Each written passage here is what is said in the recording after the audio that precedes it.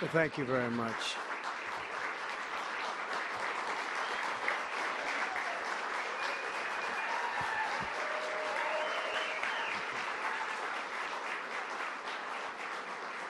Thank you very much, everyone.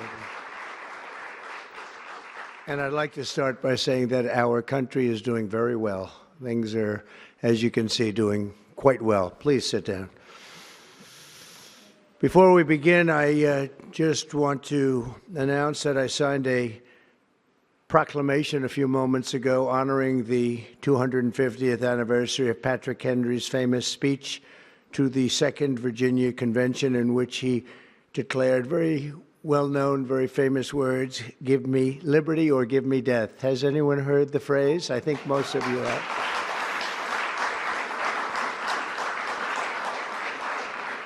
And moments ago, I also signed an executive order to dramatically increase production of critical minerals and rare earths. It's a big thing in this country, and as you know, we're also signing agreements in various locations to unlock rare earths and minerals and lots of other things all over the world, but in particular Ukraine. We're doing very well with regard to Ukraine and Russia.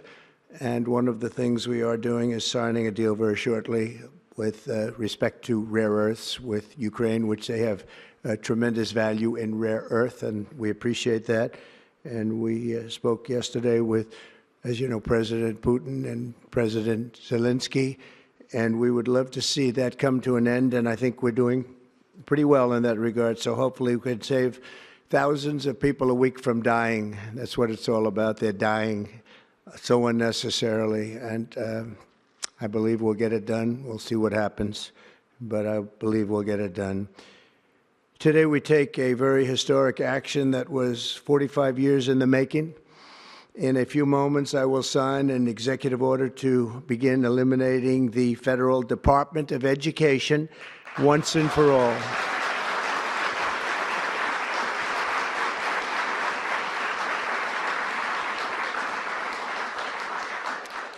And it sounds strange, doesn't it? Department of Education, we're going to eliminate it. And everybody knows it's right. And the Democrats know it's right, and I hope they're going to be voting for it, because ultimately it may come before them. But everybody knows it's right, and we have to get our children educated. We're not doing well with the world of education in this country, and we haven't for a long time.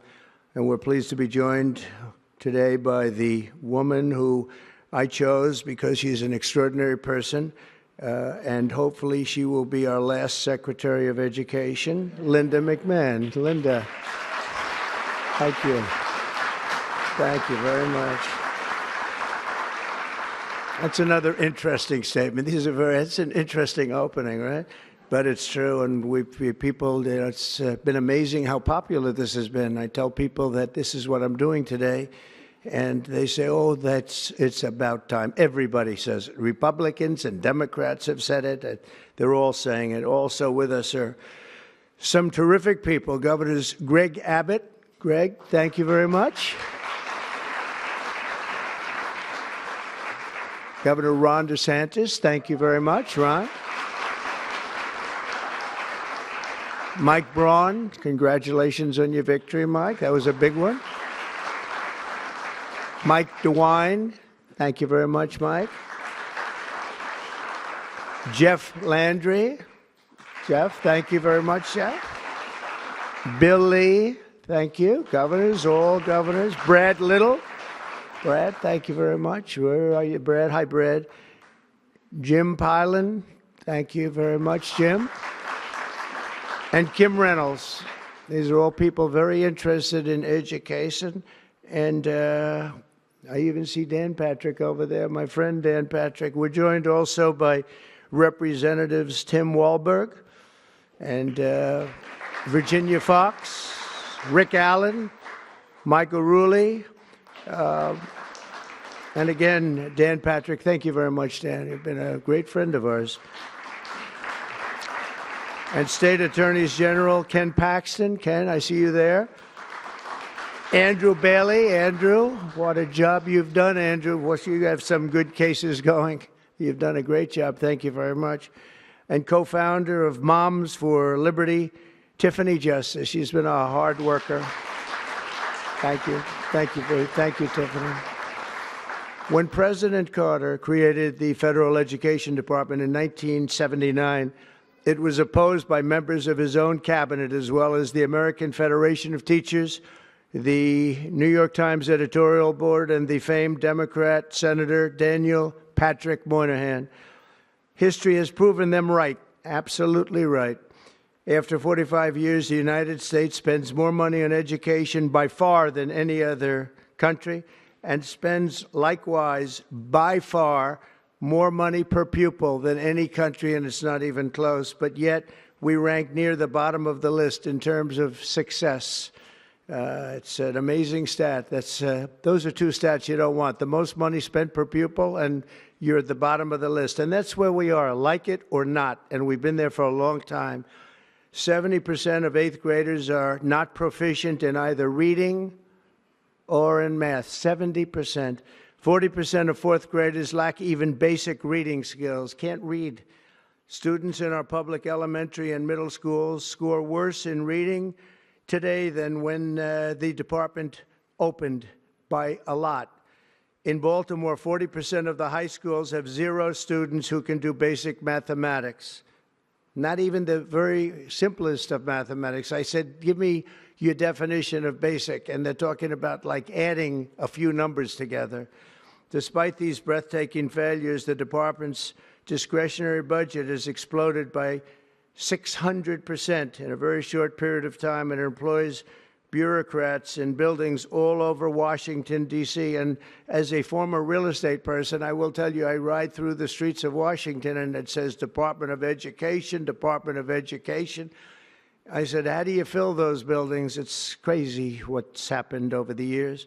I'm pleased to report that after offering these federal employees 2 generous buyout options, and they were very generous, and they're good people, but they were very generous. My administration has initiated a reduction in force, and we're already cutting numbers that were really surprising to a lot, that we were able to do it so successfully. And we've cut the number of bureaucrats in half. 50% have taken office, which is great. Thank you. Under the action I'm taking today, a small handful of Democrats and others that we have employed for a long time, and there are some Republicans, but not too many, I have to be honest with you.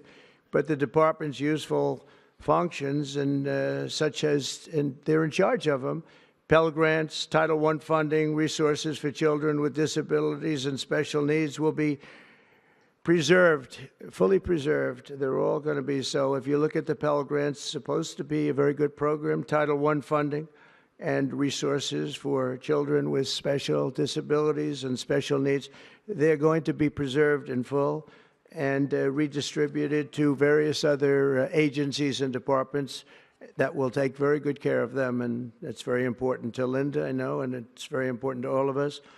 But beyond these core necessities, my administration will take all lawful steps to shut down the department. We're going to shut it down, and shut it down as quickly as possible. It's doing us no good. We want to return our students to the states, where just some of the governors here are so happy about this. They want education to come back to them, to come back to the states, and they're going to do a phenomenal job.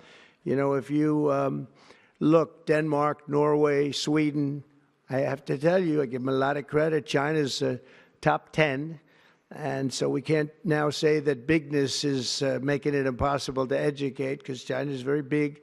But you have countries that do a very good job in education, and I really believe, like some of the governors here today, from states that run very, very well, including a big state like Texas, but states that run very well are going to have education that will be as good as Norway, Denmark, Sweden, and those top, Finland, those top countries that do so well with education. I think they'll do every bit as well. And what do you think about that, Governor? Do you agree? I think so. Ron, do you agree? I think so. Florida? Iowa? That's right. I really believe that. They'll be as good as any of them. And then you'll have some laggards, and we'll work with them.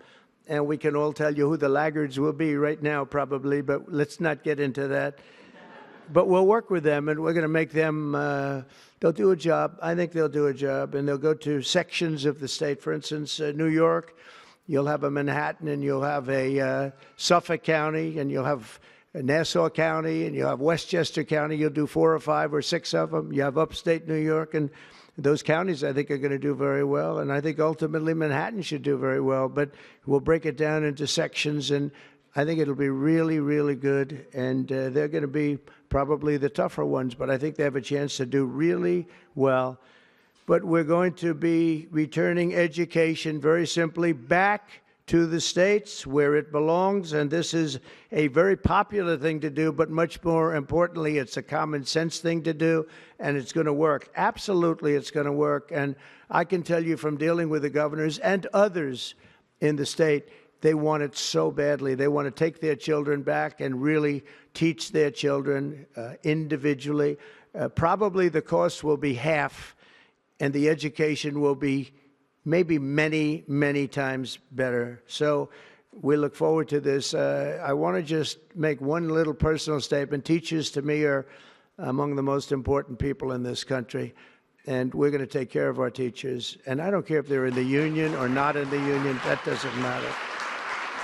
But we're going to take care of our teachers, and I believe the states will take actually better care of them than they are taken care of right now. They'll work all sorts of systems and even merit systems. Those great teachers are going to be maybe a little bit better rewarded, or maybe that's the way it should be, but the states are going to make that decision. But we're going to love and cherish our teachers along with our children, and they're going to work with the parents, and they're going to work with everybody else, and it's going to be an amazing thing to watch, and it's really going to be something special. And Linda, you're presiding over something that's so important, and you're going to do a fantastic job, just like you have your whole life. I know your whole life I've been watching you. I've been watching you for a long time. She's had nothing but success. So it's tremendous to have you, and hopefully you won't be there too long, but we're going to find something else for you, Linda, okay?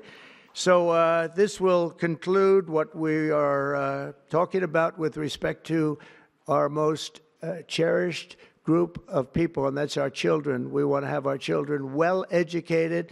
We want them to love going to school. We have examples of it. Look at those beautiful, bright-eyed faces. They are so smart. They're so smart. And with that, I'm going to come down, and we're going to sign a very important document, and we're going to be on our way. People have wanted to do this for many, many years, for many, many decades. And I don't know, no president ever got around to doing it, but I'm getting around to doing it. So thank you very much.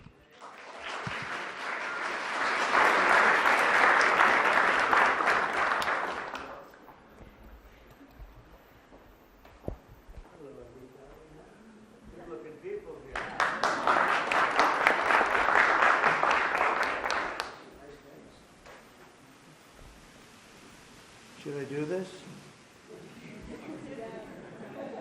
Do it? I think so. We have pens for you too, special pens. I'll take this one. I had one. I was very lucky. I signed another document that turned out to be very good for the country, and I said, let's use that same pen. I don't know. Is anybody superstitious? Ron, are you superstitious? Let's use that same pen.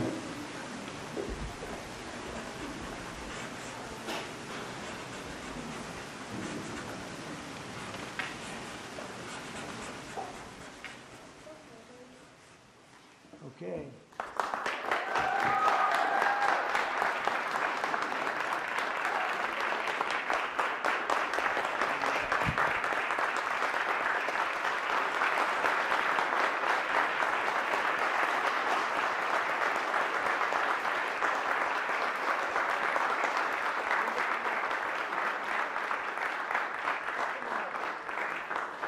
Will you come up just to say, that's good. It's very important. You know, big factor here. Good luck. Good luck with it.